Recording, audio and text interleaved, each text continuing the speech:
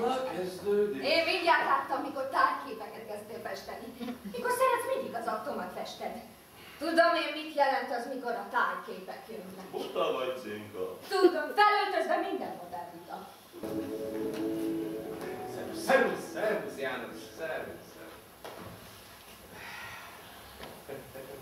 Jó, én csak idehoztam Jolánt, és már szaladok is vissza az irodába. Hát magánál ilyen? Cifra személytunk. Előbb azt gondoltuk, hogy nem ma kezd el festeni az arcképét, hiszen hogyha ráért 6 évig már igazán kibírtuk volna holnapig. De Jolánt annyira idegessé tette ez a készülődés az estére, hogy idehozta.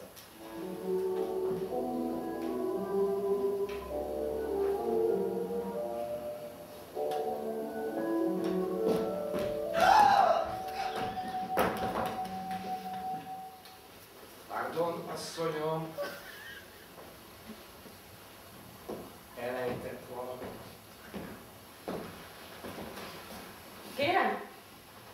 Uram! János! Szervó!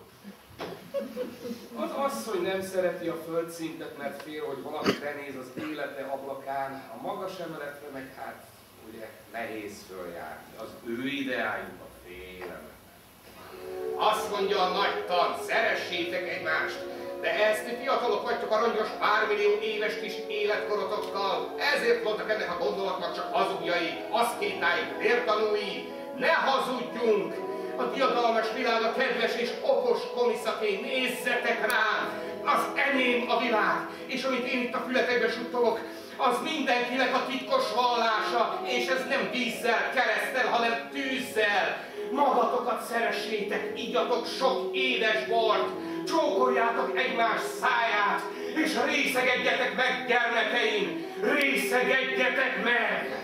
És minden kocsiban mi ülünk, minden utcasarkon mi bújunk össze, minden függöny mögött, ahol elalszik egy lámpa, mi öleljük egymást, és rád nézünk a forró szobából, a te vad, szerelmes, sápadt arcodba, te ilyet szemedbe, és nevetünk rajtad, édesen, melegen, nevetünk rajtad, te szomorú ember, te alkalom elszalasztó, és ő még jobban fog nevetni, édesen, sikoltozva, mint akit férfi csiklandol. Nekem olyan arrogáns hírem van, hogy... Uram! Úgy hívnak, hogy szemtelen elhozott. Uram! Engem zavarba hoz azzal, hogy ő gép, akkor én nem tudok emlés lenni. Kérem, legyen valamivel goromba. Hiszen azért választottam éppen magát a sok frakkos alak közül, mert maga olyan kellemetlen. Maga azt kérdezte tőlem, én vagyok-e az, aki hozzá adnak Jánoshoz. Így kérdezte, ugye? Így. Nem úgy, hogy én vagyok-e az, aki hozzá megy. Nem. Én úgy félek. Engem sokkal jobban érdekel az, hogy... Úgy látom, ezek végre egymásra találnak. Lehet. Van egy módszer. Már nagyon sokszor belá megígérjem, hogy nem kérdez részleteket. Ez a kísérlet az én találmányom. Jó? Vesse le a belépőjét. Kénytelen vagyok az ő segítségét kérni, doktor. Az uram nincs itt, a ház tele vendégekkel. Tényleg? Kedvet szereti a festőt? Ó, nagyon jó fiú. Festi önt most? Nem. Most mindig vagy tájat fest, vagy udvari tanácsos. Asszonyom, még egyszer elnézést adok.